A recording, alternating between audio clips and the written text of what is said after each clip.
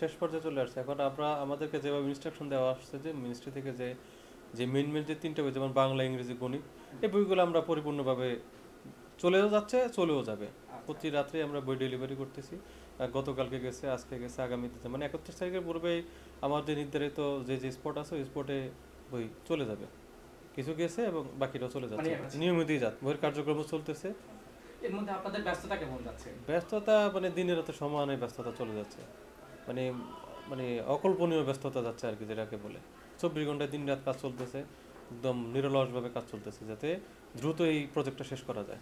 এখন মানে যেহেতু বইয়ের পরিবর্তন হয়েছে, আমাদের প্রিন্ট অর্ডার পাইতে দেরি হয়েছে, কার্য শুরু করতে দেরি হয়েছে। এছাড়া আর এমনিতে তেমন আর কোনো প্রভাব পড়ে না আর কি। কাগজ কালির সহজলভ্যতাতে একটু জটিলতা আছে, যেমন পর্যাপ্ত পরিমাণ কাগজ পাওয়া যাচ্ছে না, অনেক সমস্যা। এখন আসলে সিন্ডিকেট সব জায়গায় কাজ করতেছে।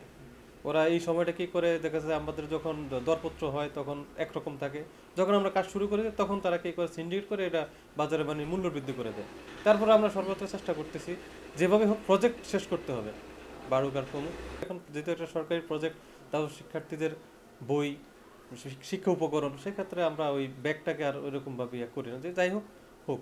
আপনাদের এখানে কোন ক্লাস থেকে কোন ক্লাসের বই? আমরা এখানে 6, 7, 8 তিনটা শ্রেণীর বই আছে আর কি আমাদের এখানে। তো আমরা মেইন বইগুলো আমরা আগে দিয়ে দিচ্ছি, আর বাকি যে বইগুলো আছে ওগুলো আমরা এর পরপরই চলে যাবে, স্টেপ বাই স্টেপ চলে যাবে। এখন প্রতিদিনই বই যাচ্ছে? প্রতিদিনই বই যাচ্ছে। মানে সরকারের সহযোগিতা কেমন পাচ্ছেন আপনারা? সরকার পক্ষে সর্বাত্মকভাবে ওনারা ফিল্ডে কাজ করতেছে, যেভাবে দ্রুত বই দেওয়া যায়। ঠিক আছে, ওনারা দিন রাত ওনারাও পরিশ্রম করতে, কোনো বন্ধ নেই কিছু নেই, ওনারাও প্রতিনিয়ত মনিটরিং করতেছে, প্রতিনিয়ত দিন রাত সমান তালে ওনারাও খুব সাপোর্ট দিয়ে যাচ্ছে যে কিভাবে দ্রুত বইটা দেওয়া যায়।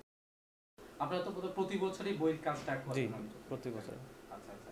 অন্যান্য বছর আর এই বছরের মধ্যে মানে মৌলিক কোনো পার্থক্য কি আপনার চোখে পড়তেছে? ব্যাংক থেকে একটু ফাইন্যান্সিয়াল সাপোর্টের ব্যাপারে একটু ব্যাক পেতে হইতেছে, কারণ এই সরকার পরিবর্তনের ফলে অনেক ব্যাংকই ফাইন্যান্স যারা করতো এগুলা বন্ধ হয়ে গেছে বা বন্ধ হওয়ার উপক্রম, ফাইন্যান্স বন্ধ করে দিয়েছে। আপনার নতুন অন্য ব্যাংকে ফাইন্যান্স নিতে যায় অনেক সমস্যার সম্মুখীন হতেছে, তার মধ্যে আবার বছর শেষ, বছর ক্লোজিং, তো এটারও একটা প্রভাব আছে, যার কারণে এটারও মানে ফিনান্সিয়ালও একটু ক্রাইসিস মোমেন্ট পার করতেছি।